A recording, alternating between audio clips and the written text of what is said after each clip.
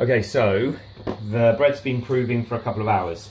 I think it is ready, although this bit is difficult to check for sure, and I do have a habit of over-proving my dough.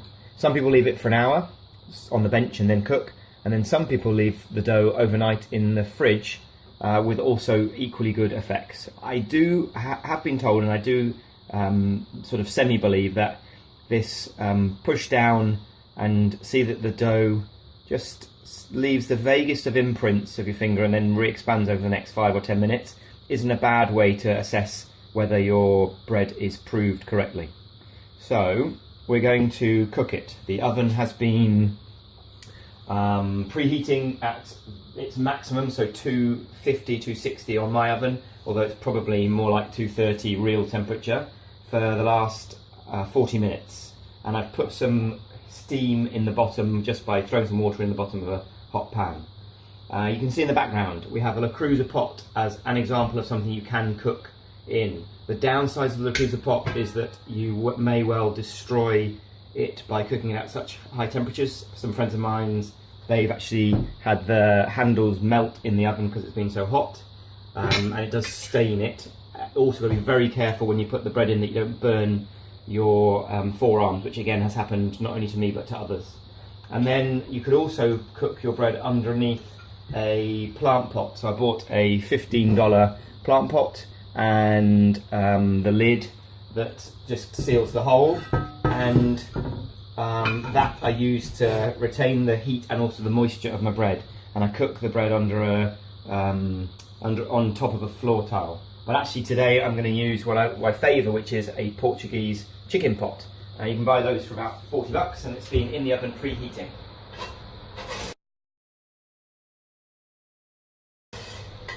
So here's the chicken pot, and it's got a lid, and the idea is the terracotta will give not only a nice, just close the oven, not only a nice crust, but it will keep the moisture in so that as it's oven springing. So what I'm going to do is carefully, without burning myself or catching the bread, roll the bread into the chicken pot,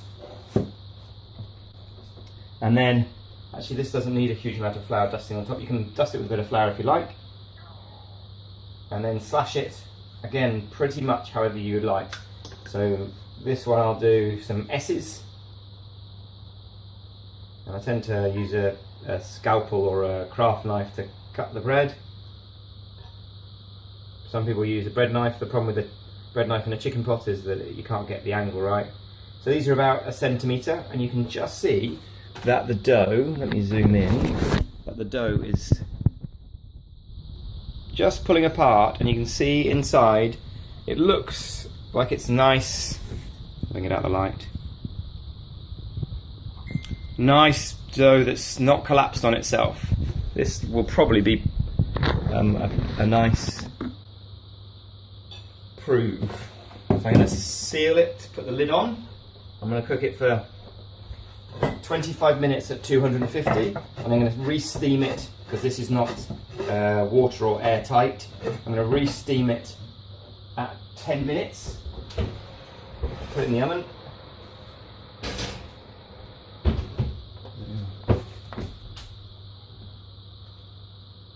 Just going to throw some water in the bottom, and you'll hear it fizz because it's hot.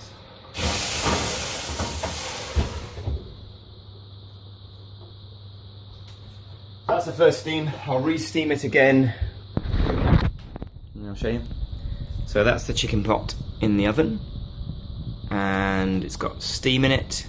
I'll re-steam it again at 10 minutes, and then at 25 minutes I'll turn the oven down, take the lid off, and continue to bake for another 25 to 40 minutes depending on how dark it's turned in the meantime.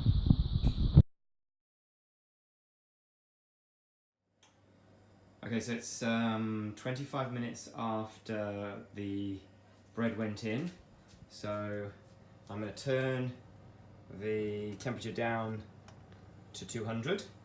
I'm going to let all the steam out if there's any left in there, and I'm going to take the lid off. I'm going to cook for another 25 minutes, maybe 40 minutes, depending on how long it needs.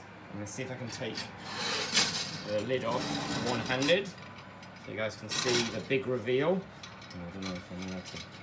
Oh, there we go.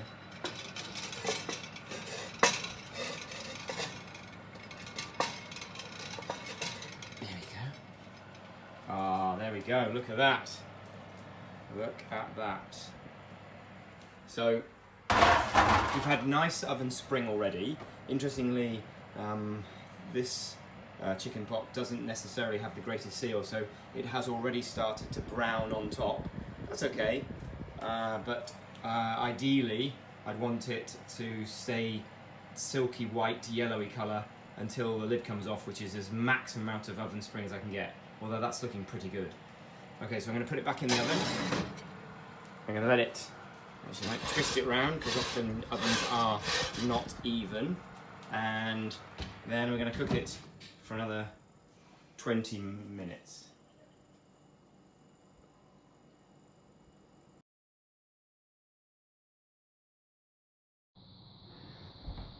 Okay, so just to recap, we had the loaf go, or the dough go in at 250 for 25 minutes with either the lid on or lots of steam in the oven, and then it was turned down to 200 for another 20 minutes with the lid off to form the crust. And I'm going to cut it and show you what we've got.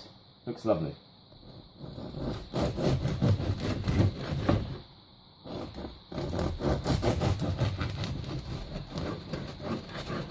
So even in the morning, if I cooked it last night, even in the morning, a nice sounding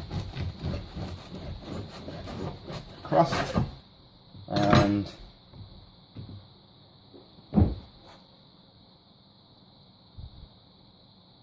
not bad.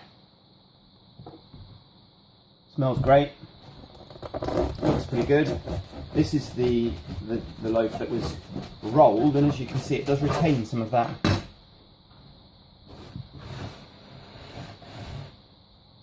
Does retain some of that kind of twirl, but I quite like that. There it is.